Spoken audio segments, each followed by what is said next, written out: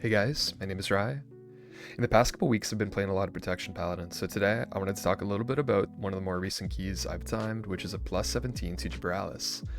I thought this would be kind of interesting to talk through, kind of our strategy, what I did to tank, and as well, kind of the actions that we took as a team to make sure this key was successful, including talking about our routes, the talents I took, and a couple other things.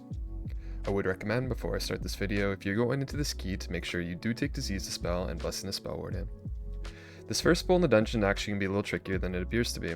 Make sure that you have an Avenger's Shield or Divine Toll to kick the Wave Shaper in. As I'm gripping this pull, I always make sure I have a Holy Ornament out, I press Ardent Defender, and I hit my wings. I make sure here I'm not potting unless I'm playing with a rogue. As you can see in this very first pull, I hit Divine Toll, I wings, and I actually pull into the bombers as opposed to pulling back. The reason why I do this is I don't want our team to get meleeed by any of the mobs coming in. If you do run through the mobs, you could get hit in the back, and it could be a really tough time for you to recover. During this pull, especially as the first shout comes off from the Enforcer, you also want to make sure that you're desyncing the bombers with something like Hand of Justice or another stun, such as Capacitor Totem.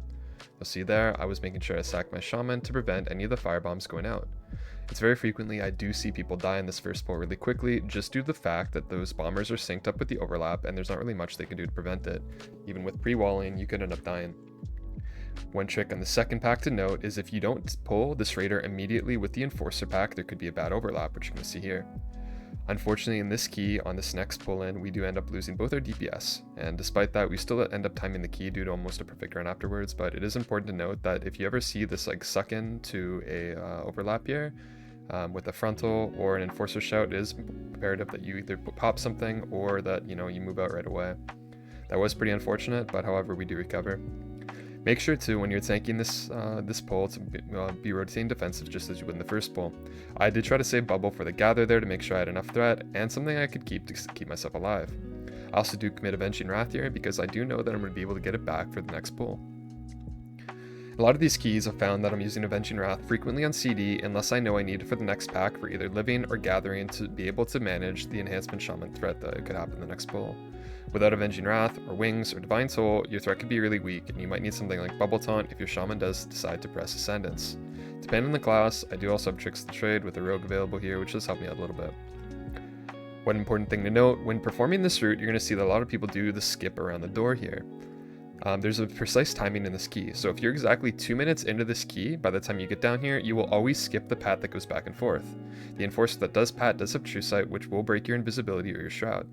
We did have 2 deaths at the start of the key, so I did know that we had a 30-second penalty, so I knew we were okay to go.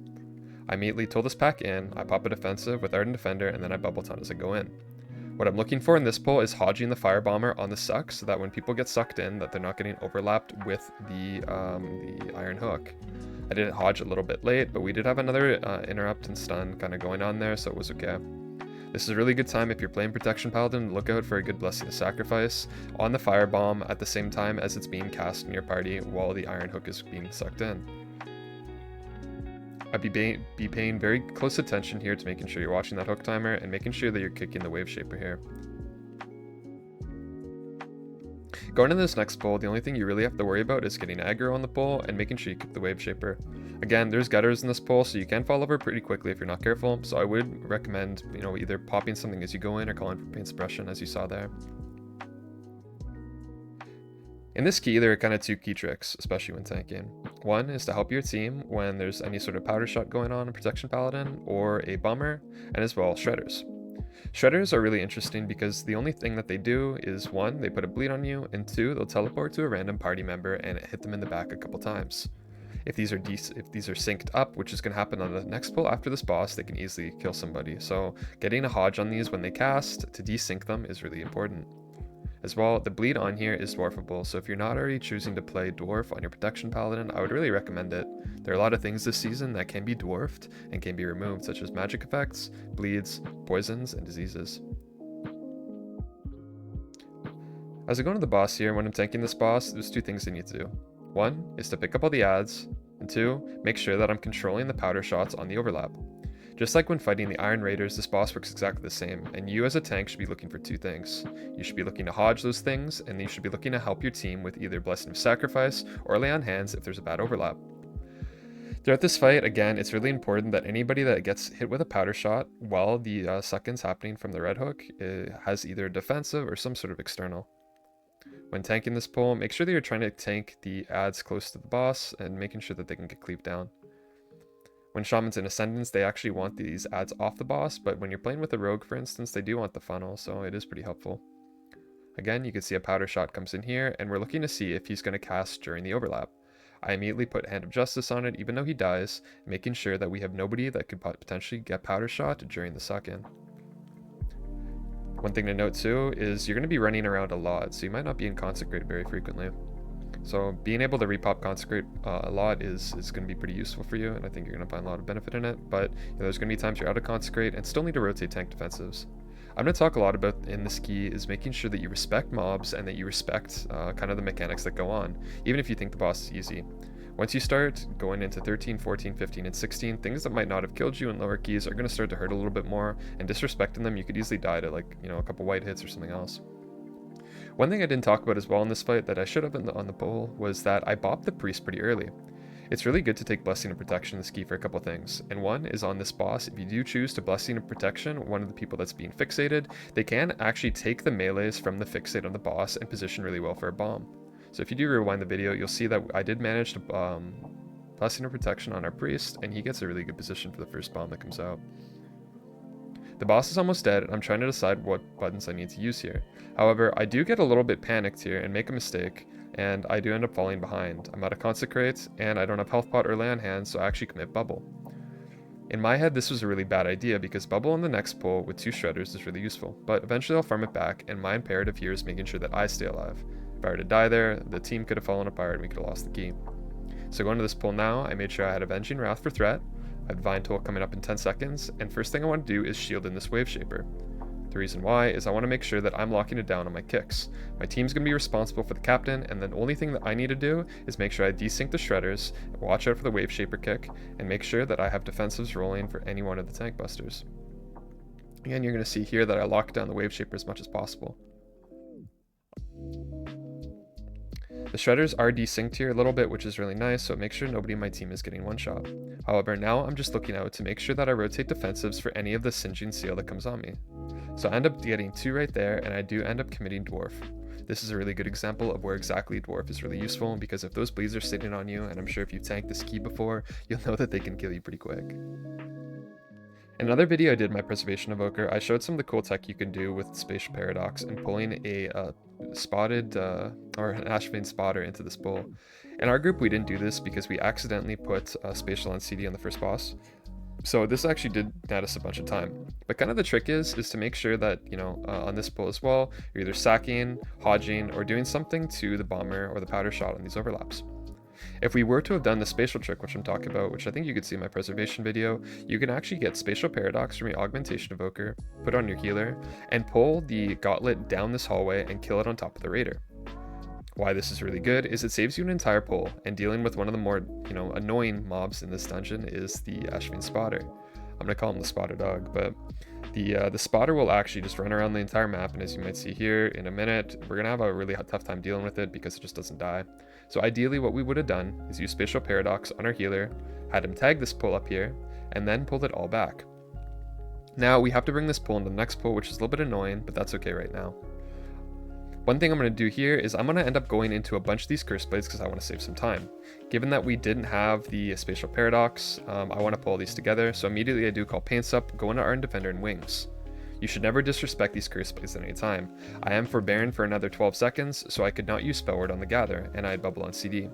One thing that I should have done though is actually not been forbearance. I should have held my Bubble, and I should have been able to use Bubble or Spellward here. There have been a couple times where, actually it was when I was learning this key, I fell over to the Curse Blades, and I would really make sure to not disrespect them. As you'll see here in a second, I'm going to get hit in back a couple times, and it brings me to 50% health. So if you do see that, you pick up a bunch of Curse Blades at once, they can actually be, quite deadly and kill you. So never go into that pack with at least 2 defensives running, or something like an immunity, either Blessing with Spell Warding, or Divine Shield. Now we're left in this, unfortunate scenario where we have to deal with this Ashvane Spotter on its own. The spotter has a lot of health and unfortunately runs around the map however it sees fit, so we do waste, a good like 25 seconds here having to finish off the spotter before we can move on the pull. If we did end up using the spatial paradox tech that I did talk about before, we could have killed the spotter with the raider before the gauntlet and done all this together. However, we weren't so fortunate, but that's okay. We do have enough time here, we don't even have lust up yet, and we're on good pace to be able to time the ski. As chosen on my route, I choose to skip this commander and this wave shaper. The reason why is that pack is really low count, it takes a while to kill, and we're going to be sitting on 2-minute CDs and heroism here. Going to this pack, I make sure that I Ardent Defendant early to make sure I don't fall over to tank busters, and I'm rotating things as I need. Remember, another thing that you should respect is how much damage Blessing of Sacrifice can do in some of these packs. If you are choosing to sacrifice somebody, making sure that you have a defensive run-in, such as Guardian of Ancient Kings, Divine Shield, or AD to make sure that you don't die to the residual damage. There are tank busters here, there are curse blades here, and if you do get hit by the commander, it can be a lot of damage. So as you can see, I do commit Divine Shield here just to make sure that I don't get kind of RNG'd out with my Blessing of Sacrifice, and I'm on to helping kill this pack. I would assign one of your DPS to the commander if you can, just to make sure that you have a little bit of mental capacity to be able to tank everything, move around, and make sure you don't die to any of the frontals. Our spotter tier does go into the boss, which prompts us to pull immediately, but luckily we did have Bloodlust up. This is another boss I would really suggest trying not to disrespect. Anytime you're doing any of these keys, and as I've talked a lot about on stream before, is making sure that you give the appropriate respect to any of these bosses, even if you think they're easy. Meaning that every time I have a fiery ricochet on this fight, I actually do end up trying to pop a defensive, or at least something like Tempered in Battle, with one of my holy ornaments, sometimes my tier, my bubble, and I'm looking to lay on hands or sack my team. Especially on this fight, if you're using sacrifice, you definitely need to prop a defensive. Fiery ricochet can kill you, and I would recommend, if you're gonna sack somebody, make sure that you pop something with it. In this phase, you're gonna see that anytime any of the artillery comes out, our melee DPS are stacking up and we're moving after 1 or 2 seconds together. This way that we're not overlapping each other, killing each other with the debuffs, and giving everybody space to play the game. The same thing in this phase in the fight is I wouldn't disrespect these mobs. Make sure you have conk down, make sure you're popping some if you need to, and send wings if you can. I mean, this is still a damage check in the fight, and if you need to use something like Divine Shield to, make sure that you don't die to a swirly, that's completely fine, like I just did. This fight's pretty annoying, but I think the one thing that you can do as a tank is help position them in a way that your melee don't feel like they're cut off. Move with your melee and try to always make small movements as opposed to big ones. This phase can go on a lot longer and you can lose free time in the key just by the fact that if your melee can't hit these mobs. Another thing I do here, and I haven't really talked about in many of my videos, but I always have my extra action button bound. You can see as soon as I picked up that gun, I end up hitting it right away. You can do this with general Blizzard interface settings, dominoes, or other add-ons, but usually what I do is I just macro it to F1, so anytime I have an on-use ability, such as like an Orb and Necrotic Wake, the gun in here, or something else, I do have that on extra action bar on my F1 bind, so I can just spam it right away. Again, on this fight, just make sure that you're hitting your damage buttons, doing your single target rotation, and looking for a good lay on hands or blessing to sack where you can. As you can see there, I hit Guardian Ancient Kings to make sure I didn't get globaled, but there is a lot of damage, and just make sure you're respecting this boss. One thing you can do on this boss too that we haven't really done yet, but you're going to see it in the last phase, is that you can displace this boss and kind of desync the fiery ricochet. Some healers really like this, especially Disc Priests, as it allows them to get their charges of Radiance back. What that means is you can use things like Thunderstorm, Tail Whip from Evoker, or Wing Buffet from Evoker, and push the boss away or up in the air, kind of knocking back his fiery ricochet for a second. This won't cancel it, but it will delay it, meaning that if your priest needs a little bit more time to ramp, or if you're at the very end of the fight and don't want an additional fiery ricochet, you can prevent the last one by using some displacement effects. So what you're going to see here towards the end of this fight is as we kind of get to it, we're going to start using displaces to make sure that this fiery ricochet doesn't happen.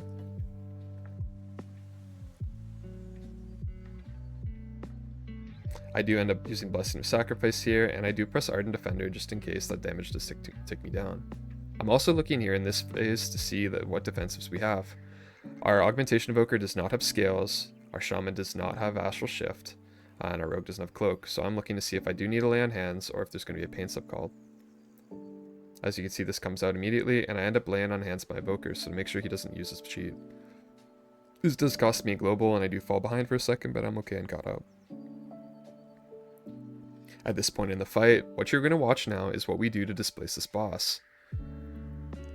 We do use Thunderstorm 1, Tail Whip 2, and then Wing Buff at 3, and the boss is dead.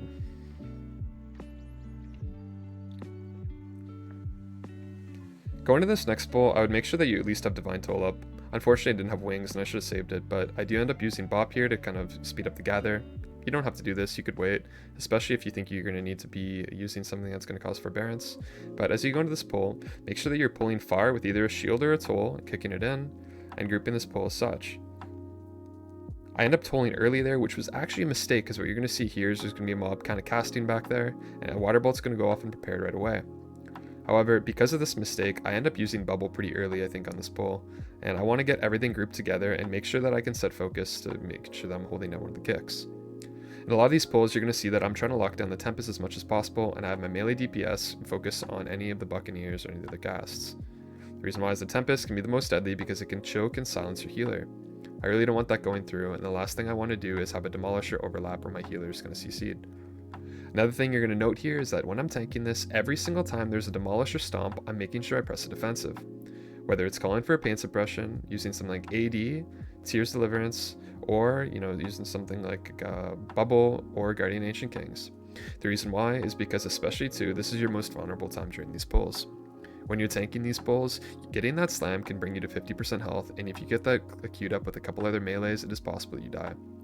You could also get cast on you, and other things are going on. If you're going to use Blessing to Sacrifice, again, I would make sure that you respect these mobs and have a defensive rolling and know that you're not going to die if you use Blessing to Sac. Going to this pull, the same thing happens here. I'm locking down the Tempest, and I'm making sure I press defensive for every single one of these stomps. As you can see there, I put an Armament out, and I used Ardent Defender to make sure that I would survive the overlap. These pulls can be pretty annoying with all these monkeys. As you can see too, that there's a disease that goes out of me with this damage, and there's one as well that reduces healing taken. I'm trying not to use my globals right now to spell myself, but if I need to, that's completely fine as well. I did take disease to spell just in case for here, and I'm making sure that I'm doing my best to lock these things down with either free shields, Hammer of Justice, or even calling stops. One annoying thing that can happen in these spells too is you're going to notice sometimes you get bananaed. Sometimes this is, inevitable as you run out of space, but I would make sure that you're trying to do things like when you do press Divine Shield, that you are going to be helping clear bananas where you can. The Augmentation Evoker's Breath of Eons also can help clear these bananas. For that last stomp, I didn't actually have a defensive running. As you can see, I committed to lay on hands at the end. I actually think that was kind of a little bit of a misplay on my part. I should have really held that, but that's okay. I'm going to get back here. I do have Divine Shield up, I do have Ardent Defender, and I do have Divine Toll. As I'm grouping in this next pack, you're going to see something pretty crazy that I do here, and this was also a little bit of a mistake. We do have the Choking Waters going off in the back. I shield it, and what I'm trying to do here is wait for the Demolisher. We have all our defensive and offensive CDs, and I end up tagging the Demolisher with a shield, which ends up pulling this entire other pack. The problem with this is that there's an extra Caston here, Tempest on the right. This is a lot of damage for me. I have to deal with all of these mobs, call kicks, and as well worry about living. I immediately Divine Shield, and I'm starting to think about my next play of action. Out of my shield, I want to make sure that I'm always rotating something in this pull. My wings is falling in 5 seconds, I call for pain suppression, and now I'm trying to make sure that even with all our defensive and offensive CDs, we're doing enough here to help control this pack and that I can stay alive. If I die here, the key's likely done because there's a lot of mobs and there's probably no way that we can recover after losing a set of 2 minutes, especially on 17. I do manage to go and be able to make it through this pull with good communication, good calls and stops, and good kicks, but you can see this wasn't an easy task. I do end up almost committing everything here, having to spell myself, using a ton of Word of Glories, and as well calling for Earth Elemental at the end.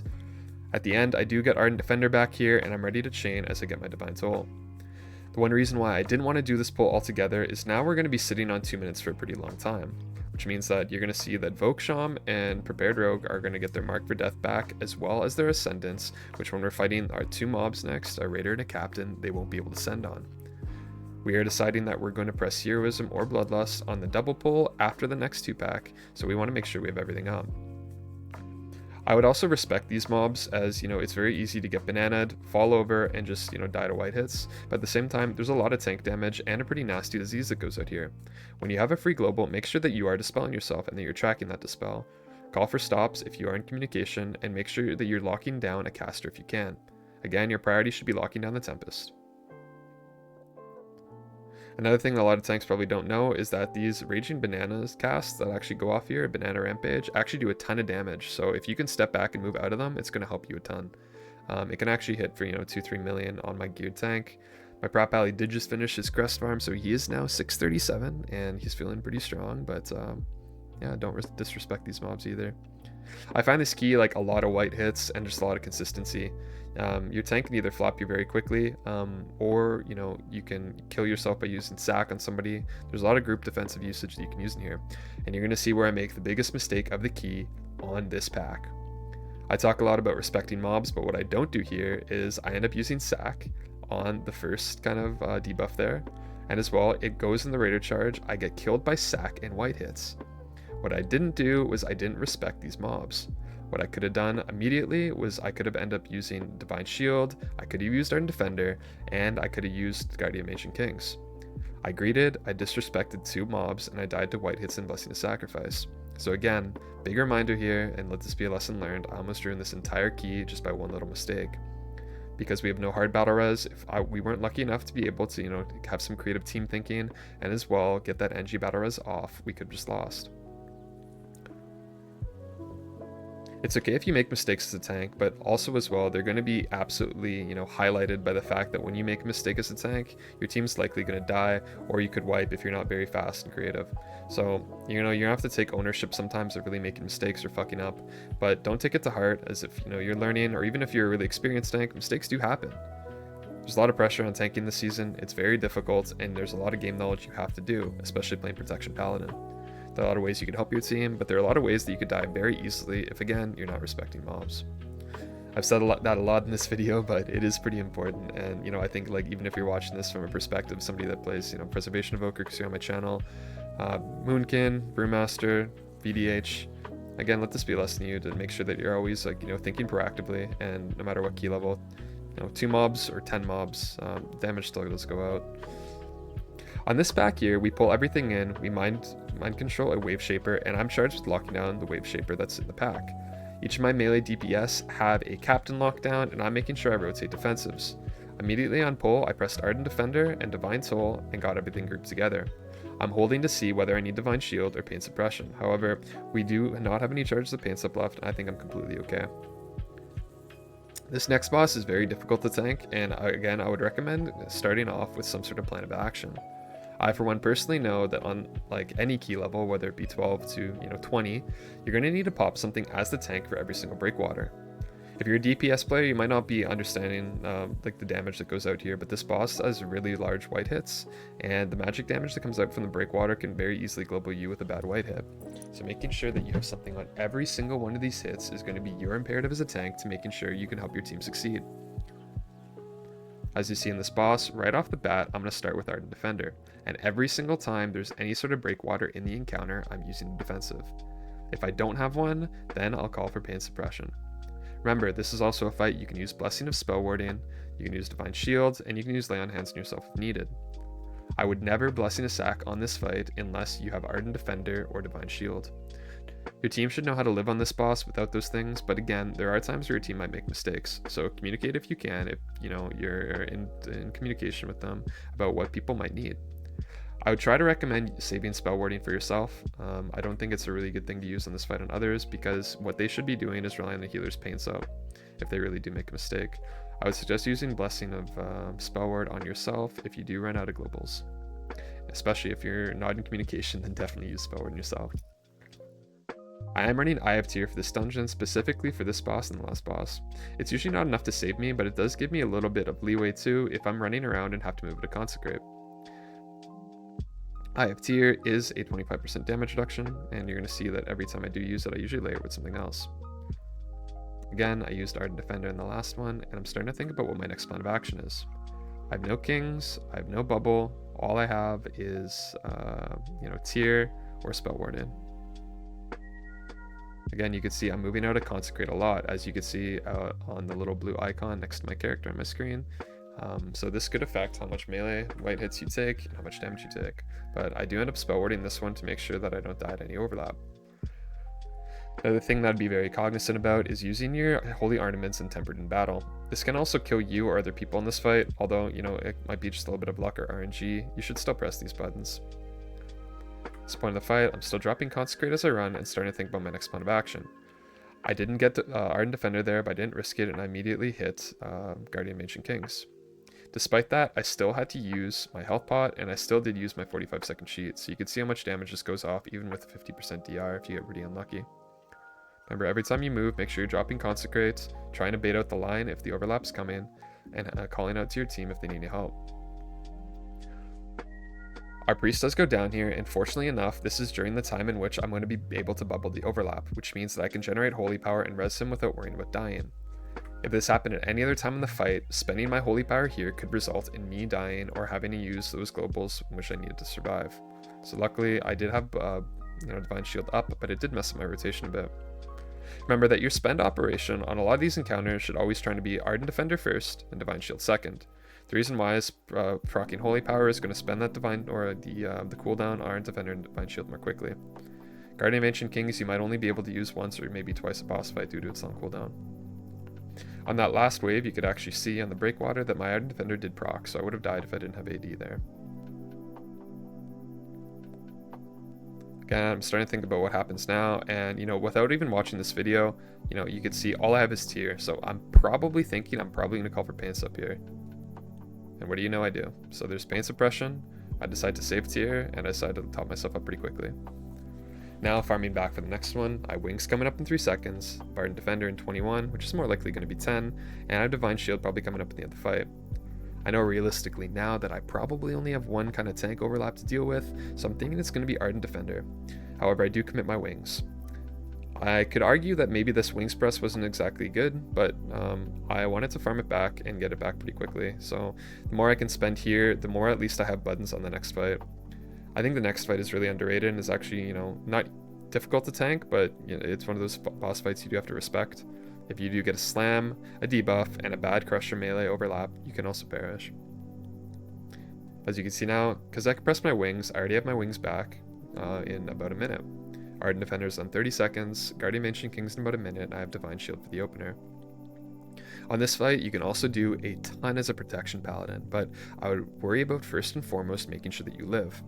Don't overcommit buttons that you don't think you should use. For instance, making sure that you're using Sacrifice again if you're going to pop something, use Lay on Hands where you need it, but also be able to use it on yourself if you need.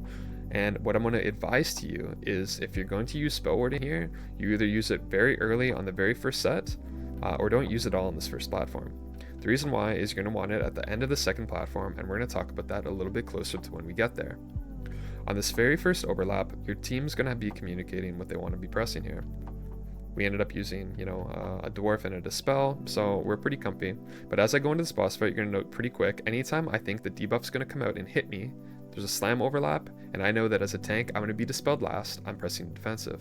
You can see the slam's about to come out, I'm in Ardent Defender, and I have Wings, and immediately the dispel goes out. I decide to commit my dwarf there to make sure that I can get that on cooldown for later in the fight.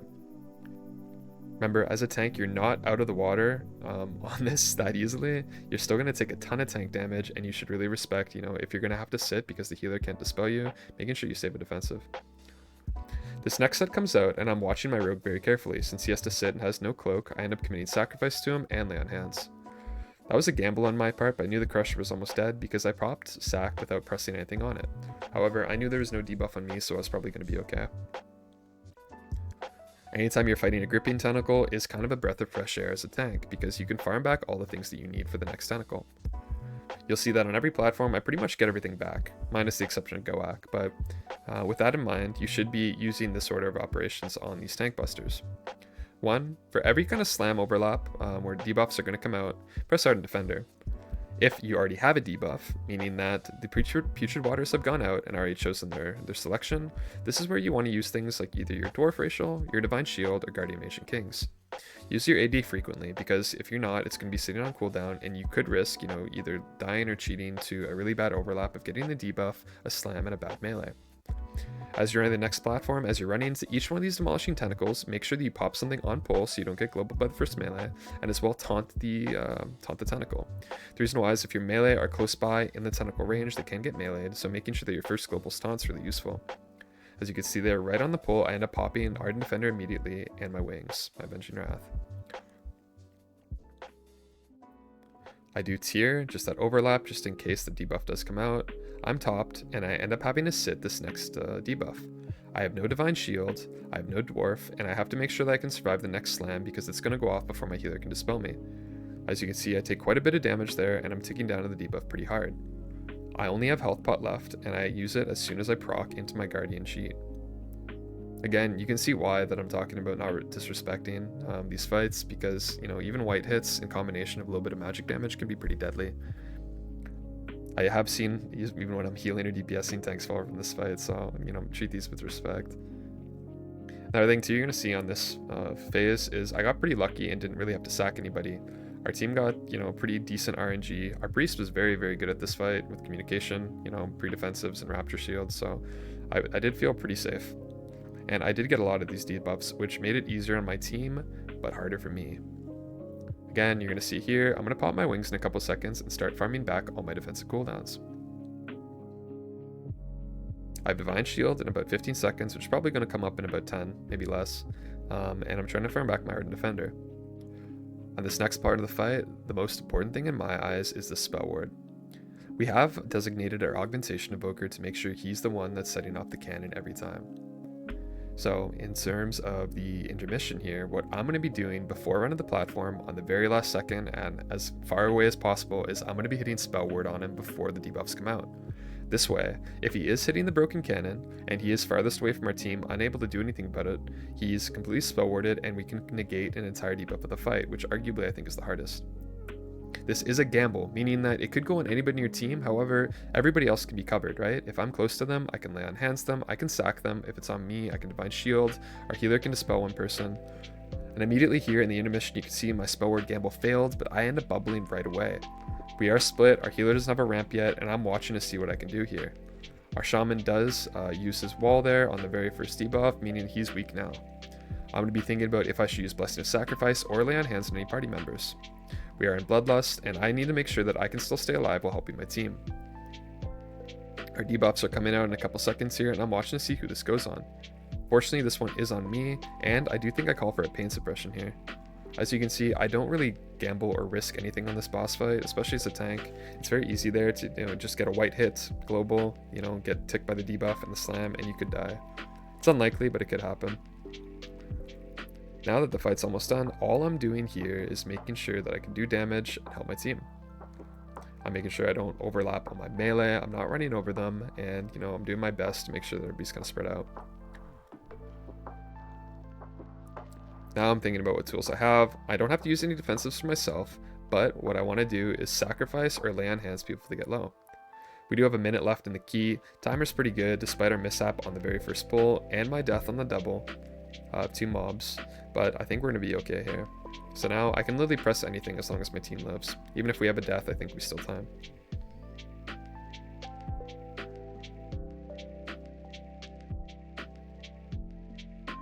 Here comes the last set of debuffs in a moment, and we're going to be going off the last part of the fight. We did use Mass Dispel, and now all I have to do is get in my Divine Shield, which is off cooldown, hit the cannon, and the key is over. Overall, this is a pretty fun key. I previously only had a 15 timed on my prot Paladin, and I jumped to 17, and it ended up being a pretty big victory for me with 30 points. I think going off in this key, you should think about really respecting white mobs. I think that's not something that a lot of tanks don't do, and I've seen a lot of tanks just fall over to the first pull because of bad grouping, getting in the back, or as well making sure that they're not helping their team with nasty overlaps. You can lose a ton of time in this key to things like bombers, powder shots, and really poor planning. So planning ahead, communicating, and seeing what your team can do for each other is really important. was really happy with this key, and I've been enjoying prot Paladin a lot. If you do have any questions about my tanking choices, my talent choices, or anything else, I'm going to link this Radar.io run in the description, as well as my Twitch and my Discord. You can feel free to check out my Twitch. I stream fairly regularly, and I'll answer any questions regarding any of the classes I play. As well, my Discord, if you have any questions about weak auras, see anything you like, or just general any commentary. Thanks again for watching. Thank you for all the support, and I'll catch you guys in the next one.